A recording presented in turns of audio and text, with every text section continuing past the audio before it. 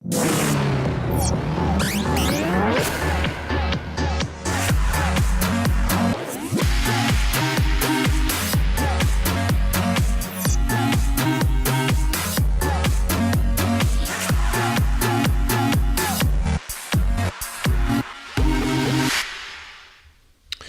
à tous, bienvenue dans ce 11e numéro du Garage sur Watch TV. Le sommaire aujourd'hui va être assez chargé puisqu'on va être assez fixé sur l'actualité. On va parler de la guerre, parce qu'on en est effectivement à une guerre entre les VTC et les taxis. Le mouvement se durcit. Je recevrai Yves Weisselberger, président de Snapcar. Bonjour Yves. Bonjour Alexandre. On se retrouve tout à l'heure pour parler de tout ça. D'accord. Ensuite, s'il arrive, je serai avec Eric Philippe et là on parlera encore d'un sujet polémique et brûlant sur les tarifs des parkings dans les aéroports parisiens qui ont augmenté jusqu'à plus de 100%. Ça fait débat et peut-être même d'ailleurs que les taxis sont ravis de cette offre. On en parlera. On parlera également de la nouvelle Citroën C4 Cactus qui a été présentée la semaine dernière, de l'Audi A3 Cabriolet et d'une première qui a eu lieu ce matin sur le web qui est également une Audi S1 qui était donc lancée sur Internet et non pas dans un salon. C'est une démarche un petit peu inhabituelle. On en parlera également. Voilà, on se retrouve dans quelques secondes avec Yves Weisselberger.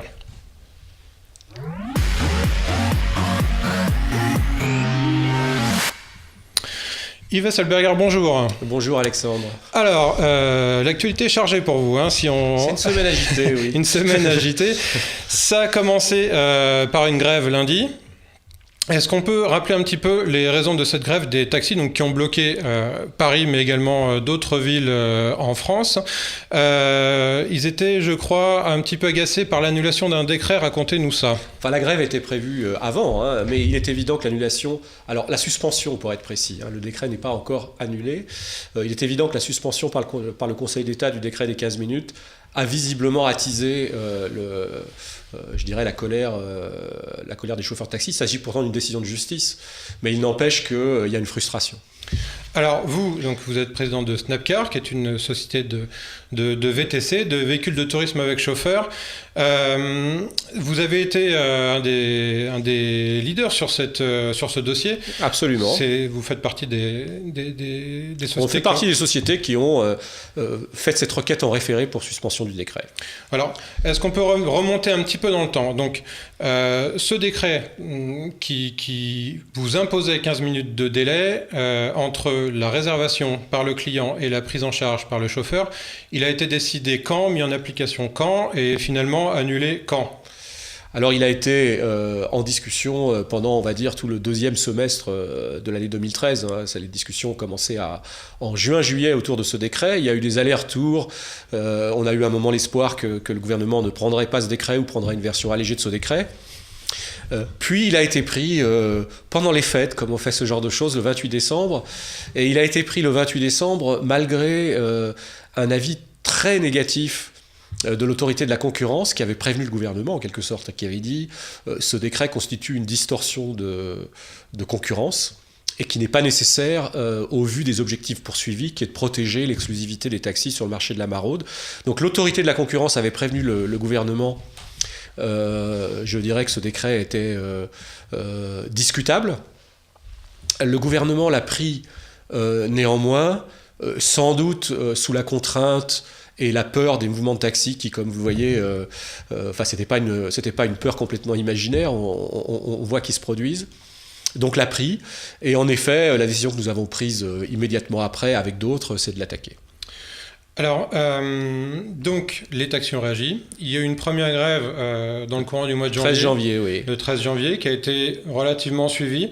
Pendant cette grève, on a remarqué un phénomène qui n'avait pas vraiment eu lieu avant, c'était un durcissement du mouvement avec certaines exactions de la part de chauffeurs. Alors non seulement vis-à-vis de vos chauffeurs, enfin vous peut-être d'ailleurs, je ne sais pas, est-ce que vous... Si, on a eu beaucoup d'incidents, comme tout le monde, on a eu des dégradations de véhicules, des pneus crevés, on a eu une cliente qui s'est fait cracher dessus, donc on a eu des incidents qui sont évidemment inacceptables. Il y a des images qui ont été diffusées réalisé par une chaîne d'information qu'on a en machine, qu'on peut voir en illustration, qui montre effectivement, c'était je crois sur le périphérique parisien, l'agression, voilà, on les voit. Donc on a des taxis, des chauffeurs de taxi qui sont sur le bord de la chaussée et qui, au passage d'un VTC, jettent des pierres, oui, donc c'est quand même très dangereux, voilà. Effectivement. Et qui ensuite vont s'en prendre, donc alors là c'est également nouveau, à un de leurs confrères non grévistes. Absolument. Il y a une partie en fait des chauffeurs qui sont plus radicaux. Il faut être honnête et dire que les syndicats de taxi, avec lesquels on est en désaccord sur pas mal de choses, n'appellent pas à ce genre d'exaction, c'est-à-dire demandent à leur base, je dirais, de manifester dans le calme, et le droit de manifester existe en France. Ils sont en partie débordés par leur base. Est-ce que la journée d'hier d'hier de lundi a été plus calme de ce point de vue-là? Un peu. On a eu néanmoins une ou deux voitures dégradées, mais c'était moins que le lundi précédent. Je pense que c'est pas dû au fait que le mouvement se calme. Bien au contraire, il est en train de plutôt se radicaliser. Mais il y a eu une intervention beaucoup plus forte de la police hier, qui finalement, on les remercie, ont fait leur travail hier, ce qu'ils n'avaient peut-être pas fait le lundi d'avant. Alors il y a un de vos confrères qui se plaignait, on va dire à juste titre, hier d'avoir eu des pneus de véhicules crevés. Oui, il y en a eu. Des arrestations. Des arrestations, ça, ce qui n'avait pas tellement eu lieu, je crois, la fois d'avant non plus. Donc il y a une volonté des pouvoirs publics que nous saluons, si elle se poursuit, de faire régner l'ordre tout en respectant le droit de manifester. Alors les choses bougent parce que ce matin, donc l'intersyndicale des taxis a appelé à une grève reconductible. Pendant ce temps-là, si je dis pas de bêtises, le gouvernement a nommé un médiateur qui a 2 mois pour rendre une copie qui satisfasse tout le monde. Est-ce que vous y croyez? Est-ce que vous croyez que c'est possible? Écoutez, il faut s'efforcer d'y croire. La mission, je vois pas beaucoup d'autres solutions pour l'instant que d'y croire. La mission est difficile. Je crois que le médiateur pourra faire avancer les choses sur quelques dossiers qui peuvent faire l'objet de consensus. Et puis il y a des sujets qui probablement ne feront pas l'objet d'accord puisque les intérêts sont divergents, ou en tout cas la volonté est divergente. Donc le médiateur n'empêchera pas le gouvernement d'avoir à prendre des décisions. On est dans un marché en mutation, on est dans un marché où la technologie a changé la donne, on est dans un marché où trop longtemps des décisions ont été reportées, et ça nous pète à la figure, c'est-à-dire que le problème ne date pas d'aujourd'hui, mais le problème nous explose à la figure aujourd'hui, et je crois que le médiateur, avec un peu de chance, peut faire avancer les choses, mais il n'empêchera pas le gouvernement d'avoir à prendre des décisions claires, et j'espère que les décisions claires consisteront à la fois, je dirais, à faire preuve de respect pour une profession honorable qui est celle de chauffeur de taxi, mais ne consistera pas à des décisions du genre du décret des 15 minutes, c'est-à-dire d'étouffer une activité économique qui se doit maintenant de se développer, qui est celle des VTC, qui a les outils, les technologies pour se développer, et qu'il faut absolument se laisser se développer dans le respect d'une concurrence équilibrée, dans le respect d'une profession des chauffeurs de taxi qui, je répète, pour l'essentiel est respectable. Mais cette profession, en quelque sorte, paye un peu la note de ne pas avoir voulu s'adapter plus tôt et d'avoir obtenu trop de choses dans le passé du gouvernement qui font qu'ils n'ont pas fait les changements nécessaires. Alors, moi, j'ai regardé un petit peu ce qui s'était passé dans le passé, parce que les grèves de taxi font toujours beaucoup de bruit, puisque là, ils ont un pouvoir de nuisance, un petit peu comme les chauffeurs routiers, qui est de bloquer la circulation, là où les manifestants... Il y a d'autres gens qui ont tout autant de problèmes, mais qu'on entend moins. Voilà. Vont marcher à pied entre République et Bastille. Eux vont bloquer le périphérique ou l'autoroute, donc c'est tout de suite beaucoup plus handicapant. Si on remonte dans le temps, on se rend compte que j'écoutais encore ce matin la radio et je voyais un sujet hier là-dessus. Dans les années 60, les chauffeurs de taxi se plaignaient de la concurrence des bus, ensuite du prix du gazole, etc. etc. Ouais. Donc, et toujours avec le même mode opératoire, donc de bloquer la circulation. Et finalement, ils réussissent toujours à obtenir un peu gain de cause. Est-ce que ça vous fait pas peur, ça? Si, ça me fait tout à fait peur, parce que est-ce que, en face du mouvement qui est en train de se produire, et qui est un mouvement je dirais, d'inquiétude qu'il faut respecter de la part des chauffeurs de taxi. Est-ce que le gouvernement aura le courage de dire le monde est en train de changer et voilà comment on fait pour s'adapter à cette nouvelle donne, ou est-ce qu'il va prendre des décisions hostiles pour les VTC au détriment du développement économique, au détriment du développement d'une offre de transport harmonieuse en agglomération? Eh bien, nous ne le savons pas encore. Donc, je fais confiance a priori, mais dire qu'on n'est pas inquiet, ça serait mentir. Alors, aujourd'hui, le débat tourne autour de ces 15 minutes. Est-ce qu'il n'y a pas, au-delà de ça, d'autres revendications? J'entendais ce matin, ils demandent le gel des immatriculations des VTC. Concrètement, ça vous paraît une mesure possible, envisageable, en attendant non. que... C'est pas possible. Je ne pense pas que ce soit légalement possible. C'est-à-dire que je ne pense pas que le gouvernement ait le droit de faire ça. Deuxièmement, l'enregistrement des nouveaux VTC va se ralentir en 2014 de manière assez nette en raison d'un décret qui, lui, n'est pas abrogé et que nous avons accepté. Je rappelle les VTC, qui est un décret qui a un gros impact.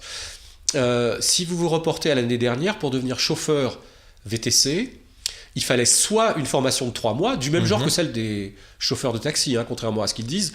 C'est une vraie formation. Mais il est vrai que les chauffeurs qui avaient un niveau d'éducation au-dessus du bac étaient dispensés de cette formation de 3 mois. Et donc, si vous aviez le bac, vous pouviez très rapidement devenir chauffeur VTC. D'accord.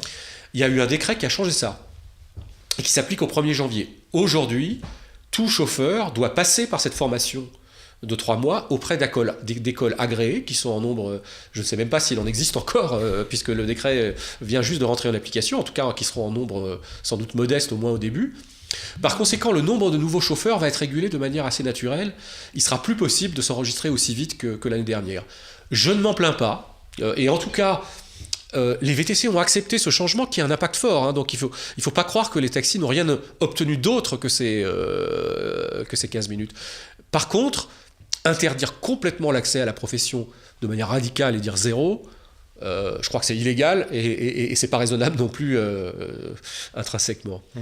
Alors, je discutais hier avec un chauffeur de taxi qui malheureusement ne souhaitait pas témoigner aujourd'hui. Voilà, c'est dommage parce que alors lui, il avait un point de vue. Son témoignage était intéressant. Bon, d'une part, il faisait grève, mais chez lui, donc il ne perturbait pas la circulation. C'est déjà une chose. Mais lui m'expliquait qu'il avait fait le cheminement inverse, c'est-à-dire qu'il était auparavant transport de personnes à titre privé, comme donc véhicule avec chauffeur, et qu'il était devenu taxi. Pourquoi ? Parce que il m'expliquait que la profession de chauffeur privé avait finalement d'autres contraintes qui lui posaient des problèmes. C'est-à-dire que en gros, je résume, lui aujourd'hui préfère louer une licence et un taxi 4 000 € par mois que de louer un véhicule 1 000 € et de faire VTC, en disant que globalement, il s'en sort mieux aujourd'hui parce qu'il peut prendre des clients à la volée, ce qu'il avant faisait clandestinement. Voilà. Son chiffre d'affaires aujourd'hui à la fin du mois est plus confortable en étant taxi. Vous avez ce genre de... On a tous les mouvements dans tous les sens. Il y a des taxis qui deviennent VTC, des VTC qui deviennent taxis. Les chauffeurs de taxi sont devant un monde qui change. C'est pas la profession non plus. C'est une profession difficile, il faut passer des heures dans un monde, dans un véhicule qui est quand même fait pas beaucoup de mètres carrés, c'est fatigant. 11 heures par jour, 11 heures par jour en général, c'est plafonné à 11 heures par jour. Ils peuvent pas faire plus. Mais en général, ils font pas moins. En général, ils font pas moins pour bien gagner leur vie. Donc c'est un vrai métier où on bosse. On va pas dire que ce sont des paresseux. C'est faux. C'est un métier où on travaille et on gagne sa vie légitimement et de manière difficile. Maintenant, je ne crois pas que ce soit le métier le plus en difficulté en France. Je pense qu'il vaut mieux être chauffeur de taxi qu'agriculteur en ce moment, ou il vaut mieux être qu'ouvrier dans la sidérurgie. Et donc, il faut une balance dans tout ça. Et l'exemple que vous citez ici le montre bien. Les chauffeurs de taxi gagnent en général relativement correctement leur vie. Alors pourtant, quand on les entend en interview, pris en micro-trottoir, ils disent moi je fais 1200, 1300, 1500 € à la fin du mois. C'est faux. Vous dites que c'est faux, vous. Je dis pas que c'est toujours faux. Je pense qu'il y a toutes les situations. Il y a le chauffeur de taxi affaires G7, il y a le locataire de la licence, il y a le propriétaire de la licence, et chaque situation correspond à des... et je répète, c'est pas une vie facile. Il y a des chauffeurs, il y a pas mal de chauffeurs de taxi qui sont pas malheureux. Ils sont en train à la fois de défendre légitimement des conditions d'exercice qui doivent être justes pour eux, et en même temps, il y a un côté défense d'avantage acquis qui est un tout petit peu moins sympathique. Voilà. J'aimerais qu'on revienne sur un point que me soulevait ce témoin, qu'on va appeler Gilles, puisque c'est son prénom. Il m'expliquait que beaucoup de chauffeurs de VTC, donc, qui étaient locataires de leur véhicule et pas propriétaires, qui louaient en général auprès de sociétés type Europcar, etc., pour s'en sortir, louaient le véhicule finalement comme un client en tourisme lambda et faisait une activité professionnelle, ce qui est interdit, mais apparemment c'est une pratique assez courante. En tout cas pas chez Snapcar. Nous contrôlons systématiquement et de manière très stricte les contrats d'assurance. Location, que la personne soit locataire ou propriétaire de son véhicule, c'est son problème, ça ne nous regarde pas. En revanche, qu'il soit proprement assuré pour le transport de commercial, de passagers à titre onéreux, ça nous regarde parce que c'est une garantie pour les passagers qui vont réserver sur Snapcar. Oui, il y a des pratiques comme ça, il y a même pire que ça, il y en a le tout. Donc les gens qui louent et qui n'assurent pas davantage leur véhicule sont en infraction. Est-ce qu'il y a beaucoup de contrôle au niveau des chauffeurs? Parce que les chauffeurs de taxi se plaignent de racolage sauvage, notamment dans les aéroports parisiens. La police des taxis, qu'on appelle les BOR, ont un effectif assez limité. C'est autour de 80 fonctionnaires qui ont un bilan, j'ai envie de dire... mitigé, puisque c'est finalement très peu d'interventions par jour, enfin de verbalisation par jour eu égard à leur effectif. Est-ce que vous êtes beaucoup contrôlé? Alors on l'est un peu, mais on n'a pas de problème particulier puisqu'on est en infraction sur rien, donc les contrôles ne nous dérangent pas. On l'est pas beaucoup, vous avez raison de le dire, je ne réclame pas d'être plus contrôlé, mais il est clair que le problème du racolage dans les aéroports, dans les gares, peut-être le samedi soir à la sortie des boîtes de nuit, par des clandestins, par des gens qui ne sont pas convenablement assurés, par même des personnes qui peuvent avoir leur carte VTC et qui peuvent exercer, qui tout en ayant leur carte VTC n'exercent pas la profession de chauffeur de VTC comme elle doit l'être dans le cadre de la loi, mais en la détournant. Et en faisant du racolage aux aéroports, là c'est un point sur lequel, je l'ai écrit à plusieurs reprises, c'est un point sur lequel on est 100% en accord avec les taxis et on aimerait nous-mêmes. C'est insupportable d'ailleurs, enfin si vous prenez l'avion, j'imagine que ça vous arrive, c'est insupportable, il faut pas regarder autour de soi, vous allez vous faire attraper par soit un motard, soit un... Bon, c'est insupportable. Et c'est insupportable pour les taxis. Je suis d'accord avec eux. Ils font la queue sur la base arrière de Roissy. Alors ça pourrait peut-être être mieux organisé, mais ils font la queue 1h30. Oui. C'est insupportable de voir un gars qui passe, qui rentre dans le terminal et qui... je comprends l'énervement et donc on est vraiment d'accord avec eux là-dessus. Ça, je vous confirme que ça arrive constamment. Alors Eric Philippe, qu'on connaît bien, qui vient de nous rejoindre. Bonjour. Voilà. Bonjour. Ça va? Ça va très bien. Je ne sais pas. Si au téléphone une fois. Voilà.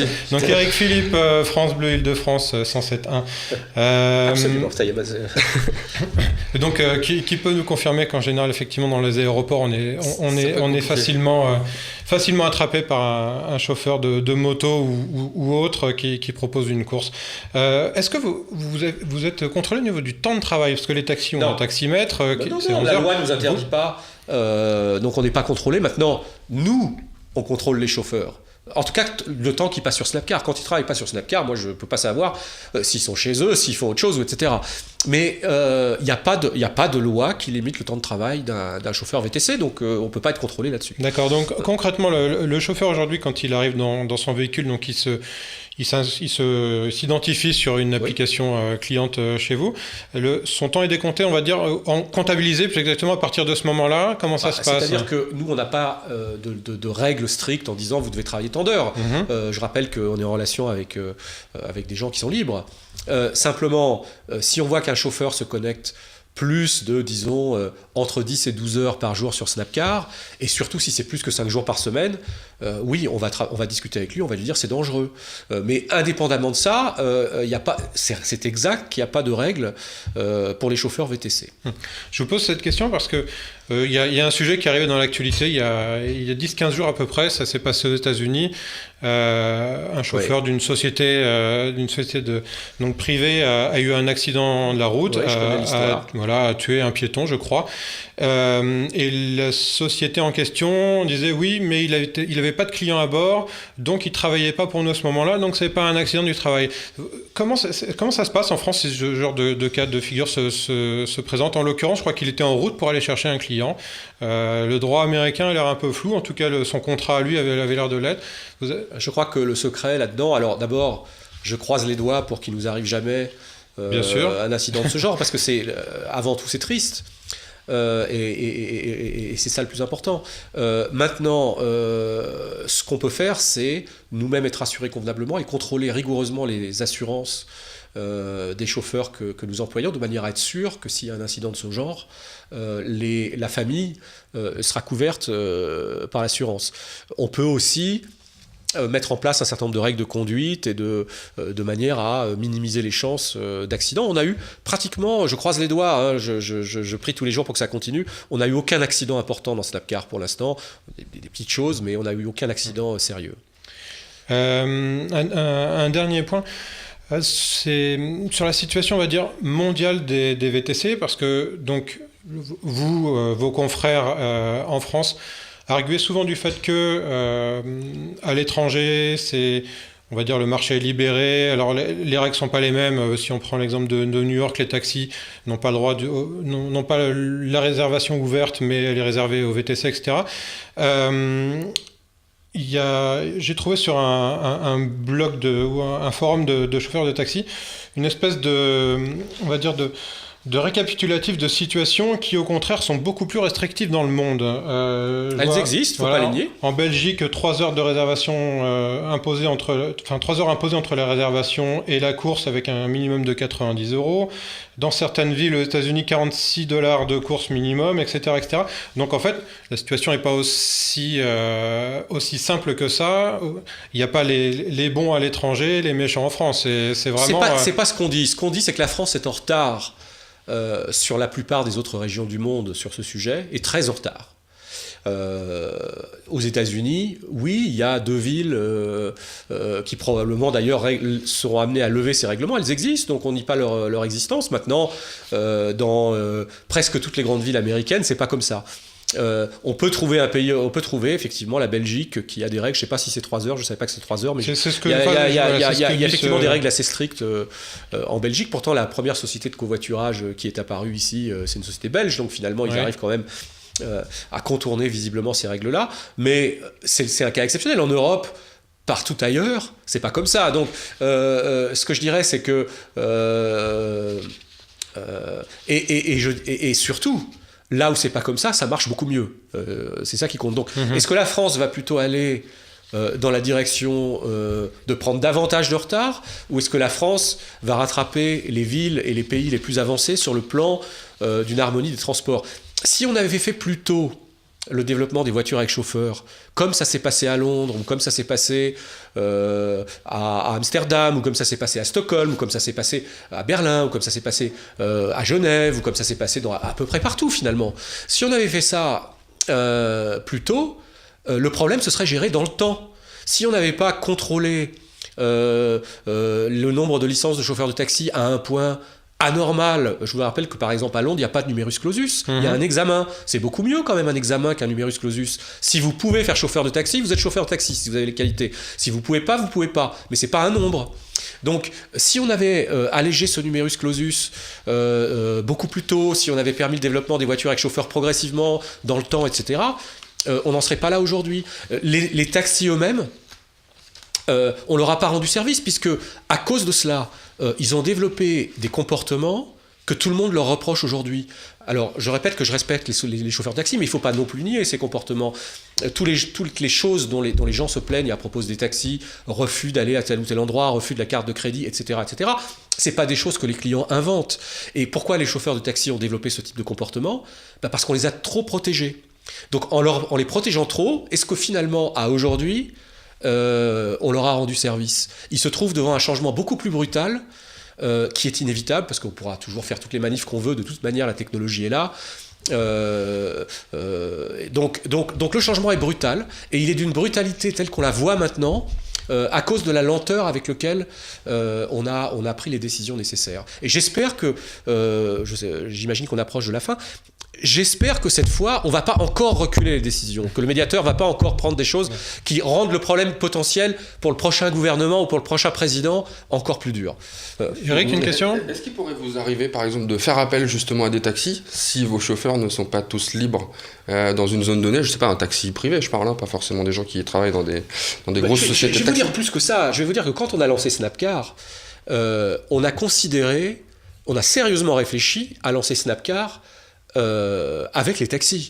Et d'ailleurs, nous avons d'autres sociétés technologiques qui essayent ou qui ont essayé de faire ça avec les taxis. Et pourquoi c'est pas possible de faire ça avec les taxis à Paris ?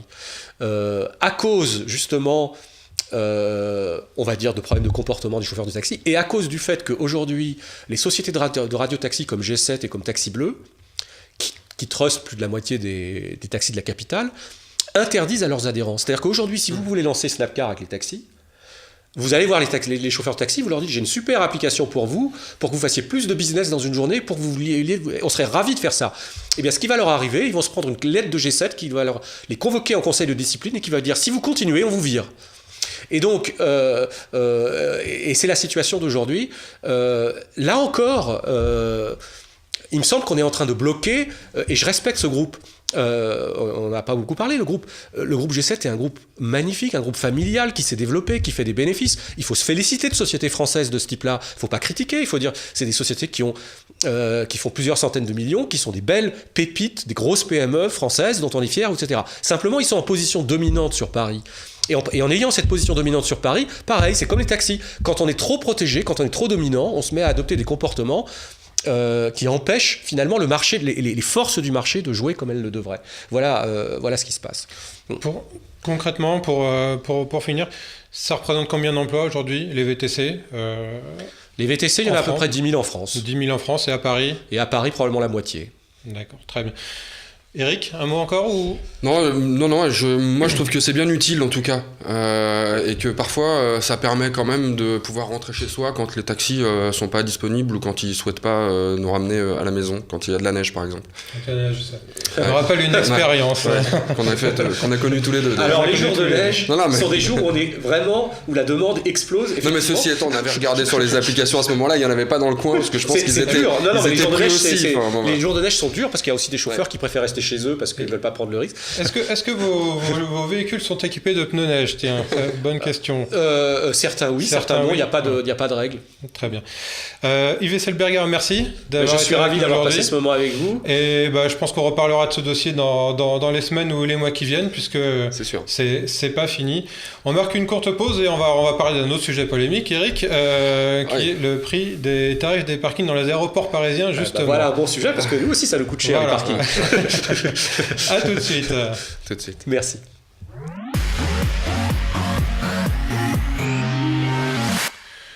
Voilà, on va parler des tarifs des parkings. Il y a juste une petite chose que j'ai oublié de mentionner dans le dossier précédent et qui me tient à cœur, que j'ai découvert hier, donc c'est tout frais. Ça s'appelle le Skytrain. C'est la NASA qui développe ça avec l'université de Tel Aviv. Alors le Skytrain, qu'est-ce que c'est ? Alors on va voir tout à l'heure quelques images. Le Skytrain, c'est le principe du réseau Internet appliqué au transport urbain. Ce sont des espèces de petites nacelles. Je ne sais pas si on va pouvoir les voir à l'image. Alors là, c'est une démo. Pour l'instant, le produit n'existe pas, mais alors on voit. Donc c'est un système urbain avec donc des nacelles un petit peu comme des téléphériques aériennes. L'originalité de la chose, c'est donc la nacelle circulent librement sur ce parcours. Il y en a plusieurs, il y en a des dizaines, des centaines.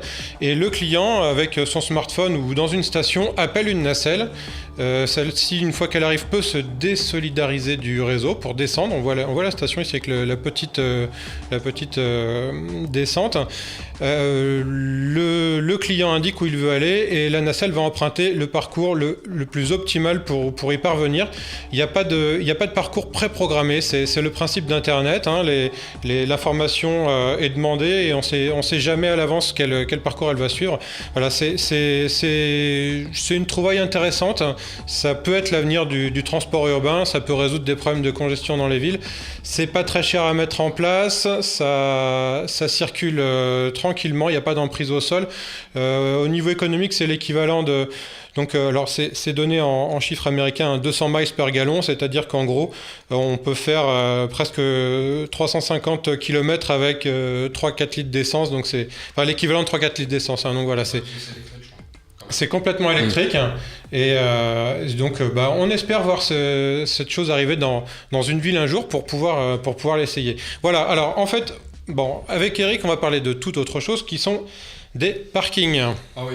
Bah oui, parce que figurez-vous que depuis le 2 janvier, là je vous vois parce que vous souriez parce que vous savez que ça m'agace profondément. Je souris, ça m'agace aussi, donc ça tombe bien. On va s'agacer tous les deux. Ça va agacer pas mal de monde.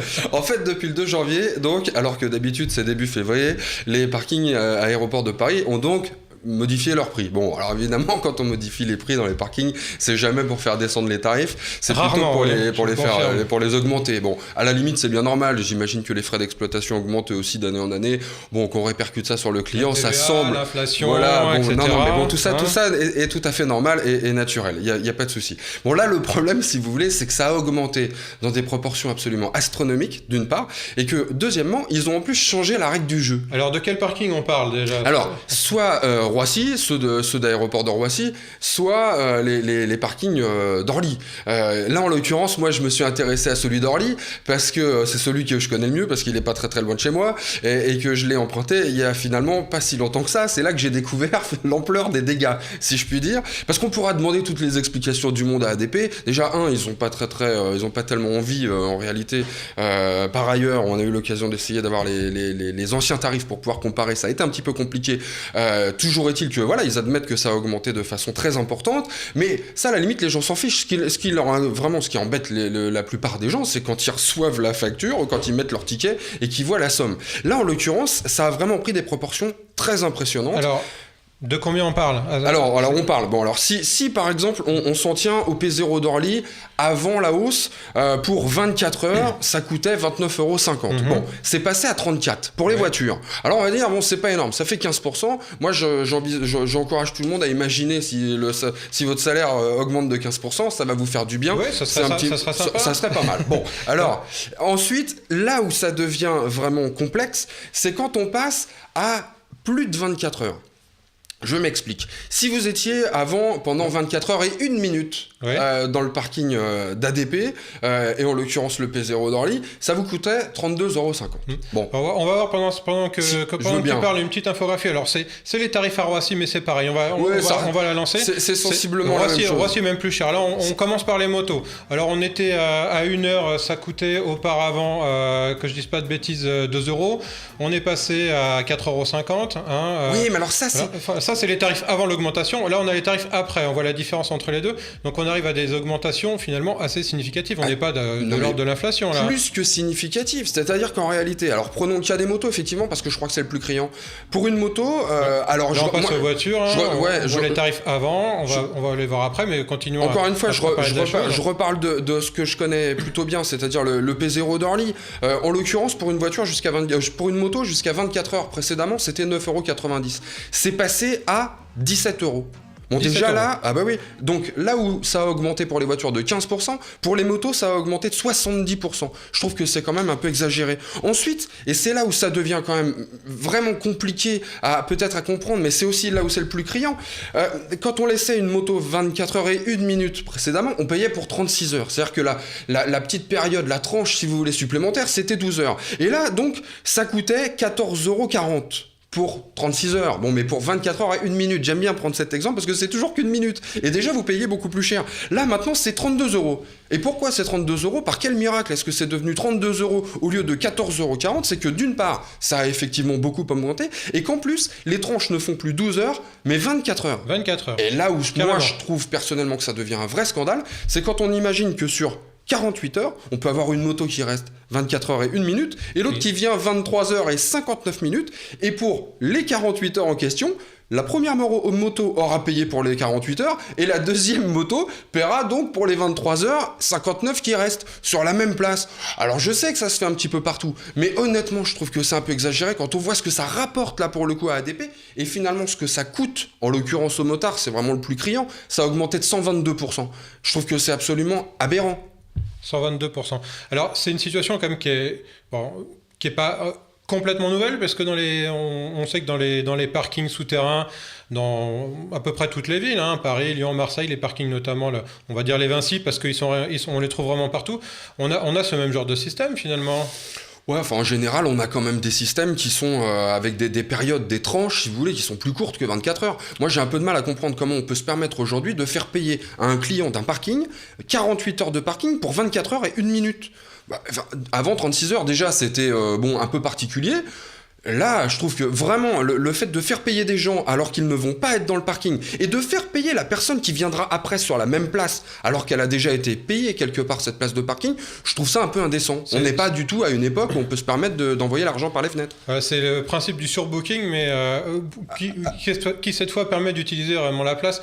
Est-ce qu'il y a des espoirs que ce genre de système change?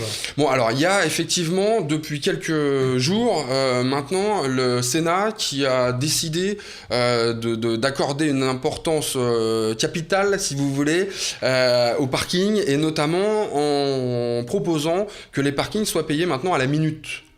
Un petit peu comme on le fait avec les téléphones portables, notamment quand on téléphonait et qu'on avait le forfait où on payait à la seconde les communications. Là, c'est un petit peu le même principe. Et ça semble un peu normal d'ailleurs, puisque si je reste 43 minutes, je vois pas pourquoi je paierais 1 heure. Mais ça, c'est un peu d'aujourd'hui, ce type de comportement. Ça se faisait peut-être pas avant, on réfléchissait peut-être pas comme ça avant, mais j'ai l'impression que la téléphonie, pour beaucoup, dans ces histoires de forfait et de paiement, vraiment, le juste paiement, c'est-à-dire pour ceux qu'on a utilisés et pas pour des forfaits qui durent pendant des heures alors qu'on reste quelques minutes, quoi. Alors moi je vais lancer une piste, puisqu'on parle de téléphonie, on pourrait aussi imaginer un report du temps qui reste à stationner. Ça pourrait être malin. Ah oui. On rentre avec une carte déjà utilisée, on voit qu'on a payé pour 48 heures alors qu'on en a fait que 36, 37, 38, il en reste 10. Et à la sortie, on repaye le temps passé. Ça pourrait être... Ça pourrait être honnête, en fait. Ça pourrait être malin, ouais. Et ça pourrait permettre de faire passer la pilule des deux côtés. Voilà. Un mot pour conclure là-dessus, non ? Disons que ça donne quand même un petit peu l'impression qu'on n'a plus tellement envie d'accueillir les gens, et notamment les motos. Je sais que j'en ai un peu beaucoup avec les motos, mais on n'a plus tellement... on a l'impression qu'on n'a plus vraiment envie d'accueillir les motards dans les parkings, parce que quand on voit qu'on a augmenté beaucoup plus que pour les voitures, et que du coup, maintenant avec les nouvelles tranches, ça coûte plus de 2 fois le prix que ça coûtait avant, on a vraiment l'impression que ça donne envie, qu'on n'a plus envie d'accueillir les deux roues dans les parkings aéroports de Paris, quoi. Pour être parfaitement juste, si on stationne donc dans ces parkings qui sont les parkings au contact, pas les parkings longue durée, dont les tarifs ont augmenté également, oui, puisqu'ils sont aujourd'hui passés aux anciens tarifs des parkings au contact, grosso modo. Donc ces parkings qui étaient économiques sont devenus chers, économiques étant à mettre entre guillemets. Et puis si je ne m'abuse, il n'y a pas de place moto spécifique dans les parkings longue durée. Il n'y a pas de place moto, exactement. Donc voilà. Donc pour être parfaitement exact, donc si on stationne au-delà de 3 jours dans ces parkings au contact, le tarif rebaisse et redevient... le forfait journalier rebaisse pour être autour de, je crois, 10 € pour les motos, 20 € pour les voitures, quelque chose comme ça. En fait, c'est plus intéressant de rester longtemps aujourd'hui qu'il y a... Mais il y a quand même ces premières journées là qui matraquent le portefeuille, à 69 € pour 2 jours, plus 36, je crois, pour la journée, pour la 3e. Voilà. Donc on est vraiment sur un dossier chaud bouillant. On va le suivre également, parce qu'on espère que ça change.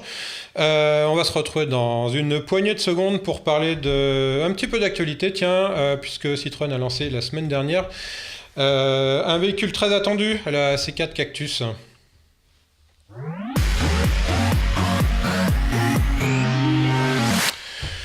Alors, Eric, t'en as entendu parler également de cette C4 Cactus. Elle a été lancée au Bourget dans une espèce de grand show, hein. On va voir les images et puis d'ailleurs on va écouter un petit peu ce qui s'est dit pendant ce lancement.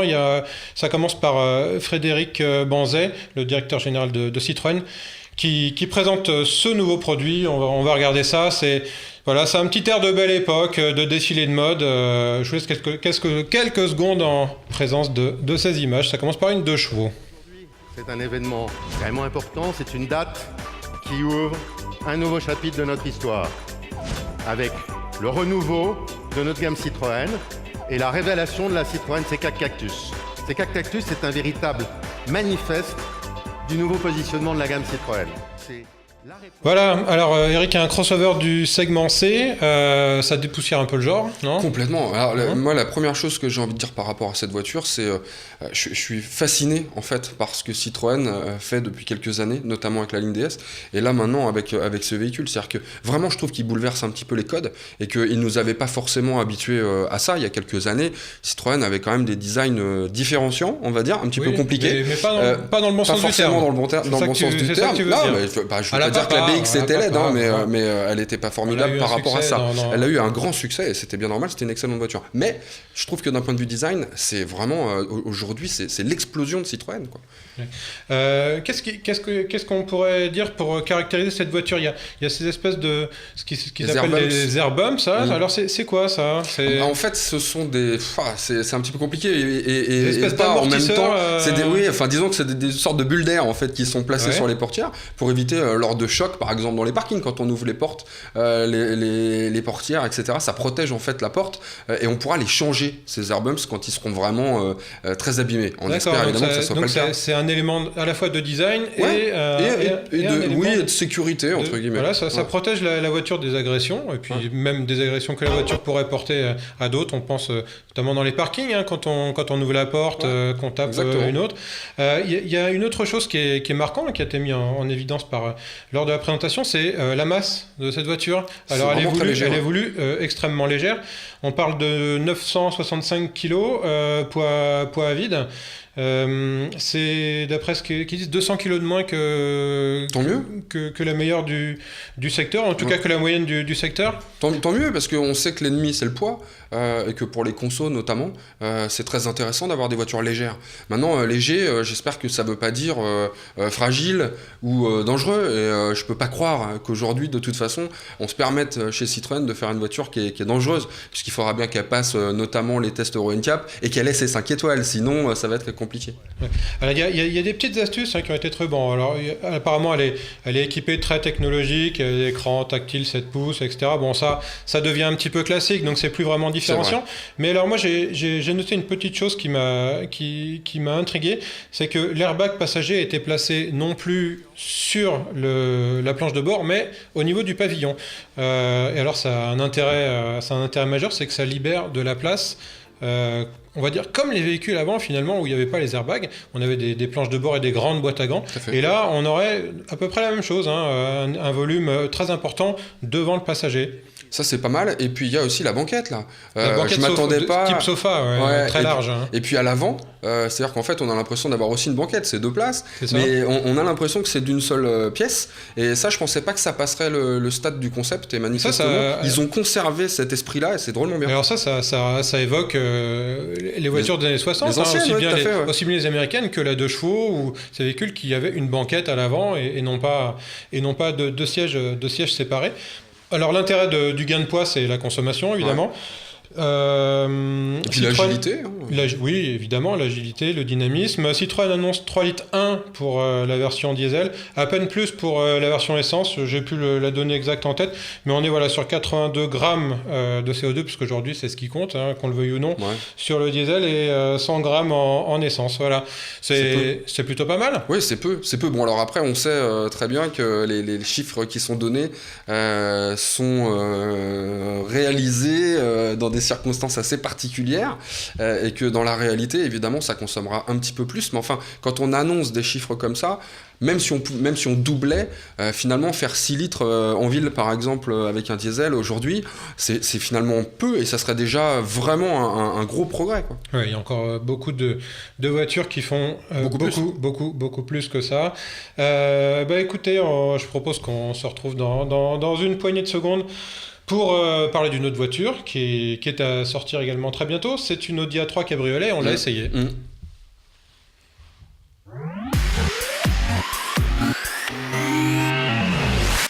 Voilà, Audi la veut dynamique, élégante et compacte. Je parle de la nouvelle Audi A3 cabriolet. C'est la 4e carrosserie de la nouvelle gamme A3. On connaît la 3 portes, on connaît la Sportback qui est donc une 5 portes. Il y a la berline dont on a parlé il y a très peu de temps dans le garage qui est sorti en fin d'année. Et donc sur la base de la carrosserie de la berline, Eric, aujourd'hui le cabriolet. Et alors pour le côté élégant, etc., je suis tout à fait d'accord. Pour le côté compact, un peu moins, parce qu'elle a quand même beaucoup évolué par rapport à la précédente on voit mouture. l'image. Alors ça, c'est des images qu'on a tournées. Vous voyez, donc on était dans un cadre plutôt agréable de l'île de Tenerife. Il faisait beau, c'est difficile de trouver du soleil ailleurs que dans ces pays-là en hiver. Voilà, donc, elle a progressé quand même à 18 cm de plus. 18 cm de plus. Et c'est vrai que ça lui donne une ligne. Moi, c'est la première chose que j'ai remarqué. Je trouve qu'on dirait une Baby A5 cabriolet.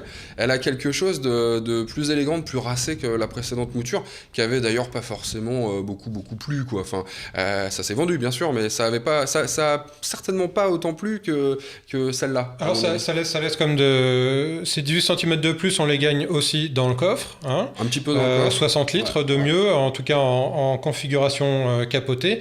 C'est bien ça permet de mettre des sacs de golf. Ça permet, puis ça permet aussi de gagner un petit peu de place, j'imagine, aux places arrière. Moi, j'avais la sensation, en tout cas, qu'on était mieux installé à l'arrière que précédemment. Alors là, on plonge à l'intérieur de la voiture, justement. Alors, les places arrière, moi, c'est peut-être un petit peu un des petits défauts que je trouve à cette voiture. Non. La banquette est très droite, donc c'est pas hyper confortable quand on est un adulte. Ça peut passer quand on est un enfant. C'est un des rares reproches, j'ai envie de dire, de cette voiture. Comme d'ailleurs, on voit les commandes de vitres électriques, figurez-vous qu'il n'y en a pas derrière. On les ouvre de l'avant, c'est pas forcément très pratique, mais bon, enfin, on peut très bien parler au chauffeur, mais le chauffeur a vraiment la main sur les vitres. Bon, ça peut être un petit peu agaçant. Non, mais je comprends, hein, parce qu'il faut bien trouver des choses, parce que globalement, il n'y a pas grand-chose à lui reprocher à cette voiture. Voilà, on va nous accuser de faire du prosélytisme, mais c'est un peu le problème avec certaines catégories et certains constructeurs, c'est que c'est difficile de trouver des défauts. On peut en chercher au niveau de la finition, c'est compliqué. On peut en chercher au niveau des moteurs. Alors, parlons-en des moteurs. Moi, je n'ai fait que le 150 TDI. Le TDI 150, alors il y en a... C'est le plus gros des ventes. Hein. C'est la moitié des ventes. C'est un cabriolet. Moi, je trouve ça un petit peu dommage de rouler diesel. Non, c'est pas pénalisant, c'est pas gênant, ça fait pas de bruit. C'est un petit peu dommage dans l'esprit, mais dans la réalité, c'est quand même assez bien insonorisé cette voiture. Et c'est vrai que c'est pas le moteur qui posera le plus de soucis en termes de bruit. Je pense pas, honnêtement, moi je me suis pas rendu compte. Et puis quand on roule décapotée, de toute façon, il y a un petit peu plus de bruit d'air. Il y a le bruit d'air, alors voilà. On n'entend plus rien, quoi. On te voit au volant. C'est vrai. C'est vrai. Alors on va d'ailleurs remercier l'ami Laurent Sanson qui nous a aidé à faire ces images. Oui, donc non, le bruit, je crois pas que ça soit ce qu'il y a de plus gênant dans une voiture comme celle-là, parce que c'est déjà bien insonorisé. Dans d'autres catégories de véhicules peut-être, mais là franchement, moi je me suis pas rendu compte du problème. Alors que, par contre, je me suis régalé en termes de sensation de conduite justement avec ce moteur, qui pourrait sembler peut-être un peu léger pour certains. Certains aimeraient certainement plus de puissance. Moi je trouve que ça suffit largement, parce que ça reste une voiture qui est faite, vous voyez, plutôt pour cruiser, comme on dit, c'est plutôt pour se balader, même si elle est capable quand même d'envoyer un peu. Alors elle envoie. Alors il y a d'autres moteurs que ceux de l'Elite TDI. Moi j'ai pu en essayer deux autres qui sont les versions de moteur essence. Un 1,4 litre 140 chevaux qui a le système cylindre à la demande dont on a déjà parlé ici. Et finalement un autre moteur qui est le 1,8 litre turbo de 180 chevaux. Et ben moi je vais vous dire que 150 chevaux c'était peut-être un peu juste, mais moi le modèle finalement que j'ai trouvé le plus cohérent en attendant peut-être d'autres, c'est le 1,4 litre 1,4 litre 140 chevaux qui est léger et qui donne un dynamisme à la voiture vraiment intéressant. Je trouvais que le 8 avait un comportement un petit peu trop sous vireur. Ouais, voilà. Alors, ce qu'il faut savoir, c'est qu'il y a des versions musclées qui vont arriver de cette voiture, puisque pour la première fois, Audi va sortir une version S de son cabriolet. Alors c'est pas celle-là, Benjamin, mais c'est pas grave. Donc une version S qui va arriver. Ça, on va en parler dans une seconde. C'est une première qu'Audi a présentée aujourd'hui. Donc une version S3. Les tarifs de ce... Avec le Quattro du coup. Avec le Quattro, et ça c'est nouveau aussi, le Quattro qui sera disponible sur d'autres motorisations. Alors voilà, on n'a pas parlé de la capote textile. C'est une volonté d'Audi depuis toujours de privilégier le classicisme du textile. Alors c'est plus élégant qu'un toit CC, qu'un toit en dur qui se replie. Ça allège la voiture. Et finalement aujourd'hui c'est plus du tout pénalisant au niveau de l'acoustique, puisqu'une version dite acoustique qui est une option à 300 € qui donne l'impression de rouler dans une berline. C'est vrai que pour le coup on est vraiment à l'abri des bruits extérieurs. Ouais, ça fonctionne bien, c'est étonnant. Voilà. Alors ce qu'on a vu tout à l'heure, on va y revenir tout de suite, mais on va conclure sur la 3 avec ses tarifs. Ouais, ça va de 31 à 39 en gros. Hein. Ouais, 31 c'est ça. à 39 000 €, pardon. Alors à 31 400 € peut-être, donc on a une version de base, une version essence, alors qui est un 1,4 litre 125 chevaux qu'on n'a pas essayé, mais qui est au catalogue. Et ça va. Le premier diesel est autour de 34 000 ou 34 500, quelque chose comme ça. Et voilà. C'est finalement, c'est pas donné. C'est pas donné. Il faut voir qu'on est quand même dans le premium et qu'on a quand même une voiture qui est très homogène, qui fonctionne très très bien. Honnêtement, moi j'ai vraiment une bonne sensation. Et oui, c'est cher, mais en même temps, c'est ce qui permet aussi de faire un petit peu la différence. Sinon, on a un peu la voiture de Monsieur Tout le Monde, et je pense que c'est une façon aussi pour Audi d'en vendre un peu moins, mais de peut-être choisir un peu aussi les personnes qui veulent les vendre. Bon, alors, on est quand même, Monsieur Tout le Monde, on n'est pas sur la voiture de la famille non plus. C'est un petit peu, on parle de reproches, on aimerait bien. Alors, pas forcément dans le gabarit d'une A3, mais qu'on ait enfin un cabriolet familial, comme il y a eu déjà chez Audi auparavant, avec l'A4 qui était plus ou moins une vraie 5 places. On pouvait mettre vraiment ses 2 ou 3 enfants derrière. Ça reviendra peut-être. Ça manque un peu. Aujourd'hui, on a le cabriolet A5 dont on a parlé, qui est dans une autre catégorie, mais finalement, la nouvelle A3 s'en rapproche. Elle est plus aussi courte qu'avant, donc c'est presque une baby A4. Voilà. Donc voilà, c'est plutôt une voiture pour un couple qu'une voiture pour une famille. On peut envisager un enfant. On a le droit d'avoir un enfant, mais après il faut mettre les bagages, donc c'est pas si simple que ça. Alors il y a une autre actualité Audi. Alors ça c'est pas une première, ils l'ont déjà fait, mais là on est à quelques jours du salon de Genève, où on a déjà des informations sur quelques petites choses qui vont être présentées chez Audi. Et là ils ont choisi ce matin même, donc ça a 2 heures à l'heure où on diffuse en direct, de lancer un véhicule qui est la S1 Quattro, l'Audi S1, donc pas Quattro, pas la 1 Quattro. Voilà, elle sort en 2 versions.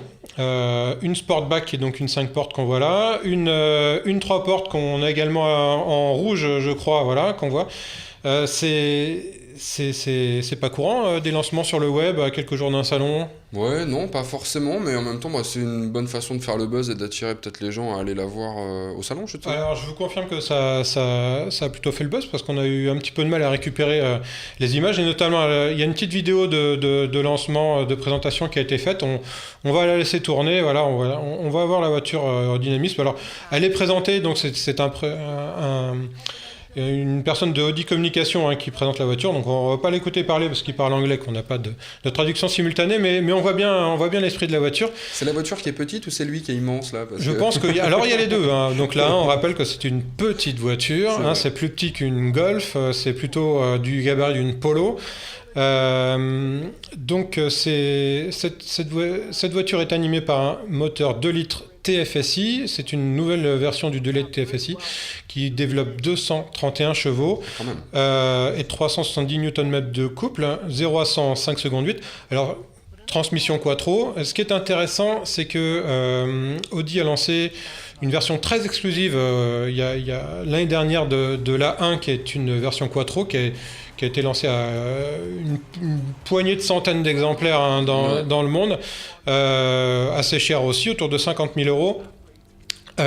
Cette quattro dont je parle développait 250 chevaux, donc là on n'est pas finalement pas si loin. Ouais. On est à 231 chevaux.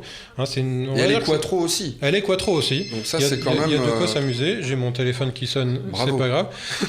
Il y a de quoi s'amuser et son tarif est également un peu plus accessible. Puisqu'on est là, on parle de moins de 30 000 euros en version 3 portes, en accès, et 30 800 euros en version 5 portes. C'est quasiment moitié moins de la version à un quattro, telle qu'on la connaissait jusqu'ici, assez exclusive. Et pour autant, moi je trouve qu'elle reprend quand même vraiment le design. Hein.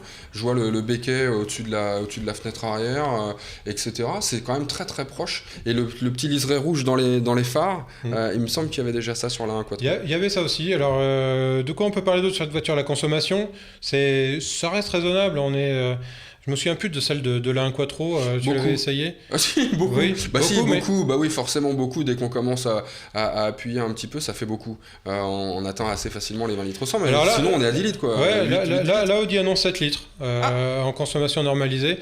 On peut peut-être rappeler ce que c'est la consommation normalisée. C'est de la science-fiction. Oui, complètement, ouais. Oui, c'est par exemple monter de 0 à 50 en 23 secondes. Hein, ça, c'est quelque chose que je vous encourage à essayer. C'est rock'n'roll. Pour expliquer à nos téléspectateurs, le cycle européen sur lequel sont calculées les consommations est un cycle qui a été imaginé dans les années 70 au moment de la crise pétrolière. Alors, c'est un juge de paix. Tout le monde se base là-dessus pour afficher et calculer ses consommations homologuées, normalisées. C'est là-dessus que se basent les taxes CO2, etc., etc. Ce qu'il faut savoir, c'est qu'il y a un effet pervers à ça. C'est qu'aujourd'hui, les constructeurs développent et optimisent les moteurs pour ce cycle, ce qui leur permet d'afficher des consommations. On l'a dit tout à l'heure sur la C4 Cactus de 3 litres 1, ça sera fatalement plus en usage normal. Voilà, c'est ça. C'est un peu dommage ça en fait, parce que je trouve que ça crée de la déception. Ça crée de la déception, je suis tout à fait d'accord avec toi. On communique sur ces chiffres-là, alors que c'est pas la réalité, c'est clair. C'est compliqué, c'est même impossible d'atteindre les chiffres qui sont donnés par les constructeurs. Mais ils mentent pas, puisque lors des cycles NEDC, c'est ce qu'ils ont réussi à réaliser. Mais dans la vie quotidienne, c'est impossible. Donc ça crée de la déception. Aux États-Unis, certains ont été condamnés pour ça quand même. Oui, exactement. Et moi, tu parles de déception. Moi, je trouve que ça pervertit également tout ce système de taxes, de bonus, malus, parce que faut être clair, hein, je vise personne en particulier, mais on a évidemment sur les routes une majorité de véhicules qui sont des petites voitures, donc beaucoup sont des véhicules commerciaux, des petits moteurs diesel, qui sont conduits par des gens qui sont pressés, donc qui ne roulent pas à l'économie. Et qui consomment donc finalement beaucoup plus, 2 voire 3 fois plus que les consommations normalisées. Et puis, en parallèle de ça, on va appliquer des taxes énormes. Aujourd'hui, on est à 8 000 euros sur des grosses cylindrées. Pour des véhicules finalement... Qui roulent peu. Dont les gens utilisent peu, roulent peu avec, sortent le dimanche, font peu de kilomètres, qui sont des véhicules amenés à devenir des véhicules un peu de collection souvent, hein, ou qui sont des véhicules plaisir, et qui font quelques centaines de milliers de kilomètres par an, pas plus. Voilà. C'est vrai que c'est un peu dommage ça. C'est dommage. Et écoutez, ce sera le mot de la fin. Vous nous suivez sur les réseaux sociaux, le Twitter @leGarageWatch, le hashtag #leGarageTV. On se retrouve dans 15 jours avec Driss qui sera à ta place s'il est descendu du train d'ici là. À dans 15 jours, à très bientôt. Merci Eric d'avoir été là. On se retrouve très bientôt. Bye bye.